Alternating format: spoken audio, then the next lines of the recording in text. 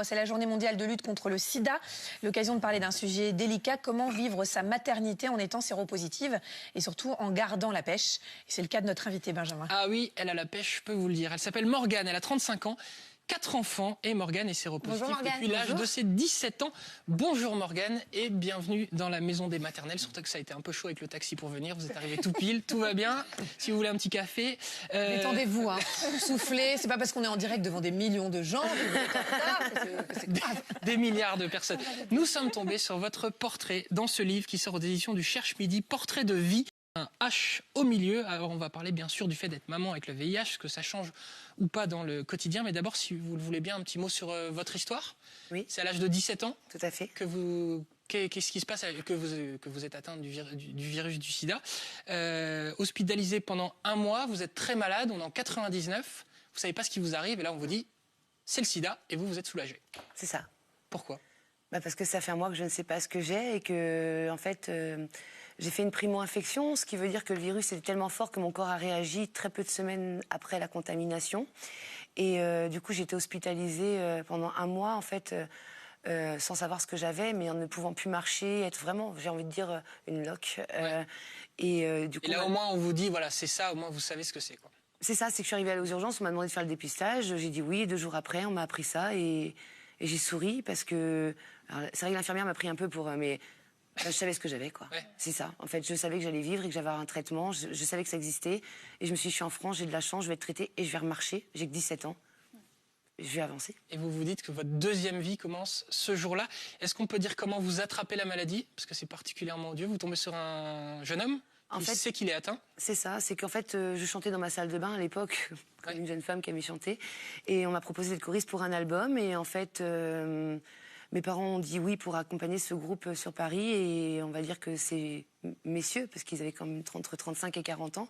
Voilà, ça a été un week-end assez compliqué pour moi. Et je suis revenue et 3 semaines plus tard, j'ai appris. Voilà, c'est un peu ça. Il savait, mais il n'a rien dit. D'ailleurs, il a contaminé plusieurs autres femmes. Donc, fin des années 90, on doit encore beaucoup lutter contre les préjugés et autres idées reçues sur cette maladie qui suscite à l'époque encore beaucoup de fantasmes. Exemple terrible, votre mère dit qu'elle ne veut plus finir vos assiettes et qu'elle lave vos couverts séparément. Non, elle ne dit pas, c'est que je le remarque. Ah. Voilà, je le remarque qu'elle ne le fait plus.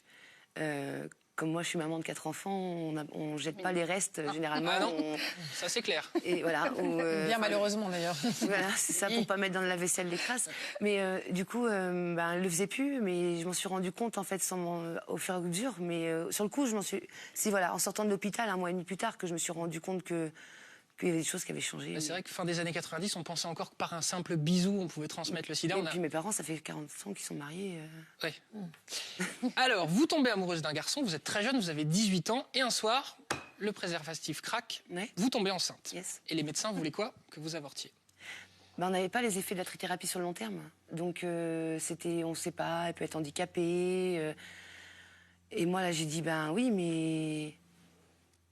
Mon oncle est médecin, ma tante est chef ergothérapeute, la sœur de mon conjoint est handicapée mentale et moteur. Si nous, on n'y arrive pas, personne n'y arrivera. En fait. Donc il est hors de question d'avorter. Alors les médecins vous disent, ok, mais t'accoucheras par césarienne. J'étais pas indétectable en fait. Et ce serait maintenant, j'aurais accouché par voie basse. Ouais. Mais à l'époque, non. À l'époque, c'était systématique, c'était une césarienne. Donc j'ai une césarienne, j'en ai 4.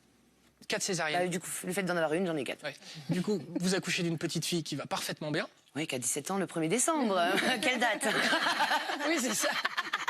C'est magnifique, c'est une bon anniversaire, ma fille. Dommage, mais vous dites qu'à l'époque, le regard des autres est très pesant. Oui. Surtout que vous habitez dans une préfecture, mais c'est une petite ville. On se connaît tous. Alors bon, aujourd'hui, vous avez effectivement 4 enfants, on va avancer. Les 4 enfants vont parfaitement bien. Très bien. Est-ce que le regard des autres vis-à-vis de vous a changé? Est-ce que maintenant, on continue de vous juger? On me juge quand on a la méconnaissance. Que ce soit les professionnels de santé ou les usagers, ou les gens lambda, on souffre dû à la méconnaissance des professionnels qui, à un moment, ils ne s'intéressent pas à ce qu'il y ait des nouveautés, les outils de prévention qui arrivent, comme le TASP, le traitement, qui est un moyen de prévention maintenant. On est obligé souvent d'être le médecin à la place du médecin. Ça a changé quelque chose dans votre rapport à vos enfants, dans votre maternité? Vous pensez que ça a eu une incidence? Le fait d'être séropositive? Oui, parce que je parle beaucoup avec mes enfants, ce que mes parents n'ont pas fait avec moi. Ouais. Donc plutôt positif. Il faut faire de l'éducation aux enfants le plus tôt possible, tant mieux. L'éducation, voilà, se protéger, faire attention. Je pense qu'ils en manqueront pas. C'est pour ça que vous témoignez aujourd'hui dans ce livre, qu'il y a des photos de vous et que vous venez aujourd'hui à la télé, là où il y a quelques années encore, vous essayez de pas dire que vous étiez atteinte de cette maladie. Je le disais, mais montrer c'est différent. Ouais. C'est compliqué pour les enfants. Moi, vrai que j'ai douté jusqu'au bout par rapport à mes enfants. Même encore, voilà, aujourd'hui, pour moi, c'est une grande première. Mais en me disant, bon, moi, je sais que j'ai rien, mes enfants n'ont rien. Mais le jugement des gens qui ont la méconnaissance que mes enfants peuvent subir. Ouais. Donc ça a été dur pour moi de me dire, il faut que je témoigne parce que je veux pas que mes enfants subissent. Mais au final, s'ils subissent, c'est que c'est pas normal, donc je serai là pour eux. Et c'est très courageux de votre part. Est-ce qu'on peut dire un mot de votre association? Oui, nous avons créé une association de patients en Bretagne, dans les Côtes-d'Armor, qui s'appelle Gallon Braise, donc Cœur de Bretagne. Et c'est vrai qu'avec les membres fondateurs de cette association, on avait vraiment envie de se dire, si on se met nous-mêmes en fait, au cœur de notre santé, on peut montrer aux autres qu'on peut le faire. Il faut travailler en collectif avec les patients, les professionnels. À plusieurs, on est beaucoup remettre l'usager au cœur de sa santé, qu'il soit plus usager mais acteur. Voilà, on est complètement dans la démocratie sanitaire, hein, le représentant des usagers. Mais voilà, quand on sort je parle pour tous les usagers sans parler du VIH, quand on sort d'un rendez-vous et qu'on se demande est-ce que c'est normal ça? Est-ce que c'est qu'il y a un problème.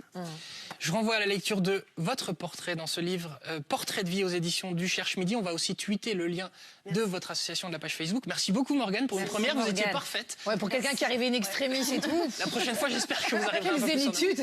Allez, maintenant, allez boire un café, cool. Si vous êtes des téléspectateurs fidèles de cette émission, vous connaissez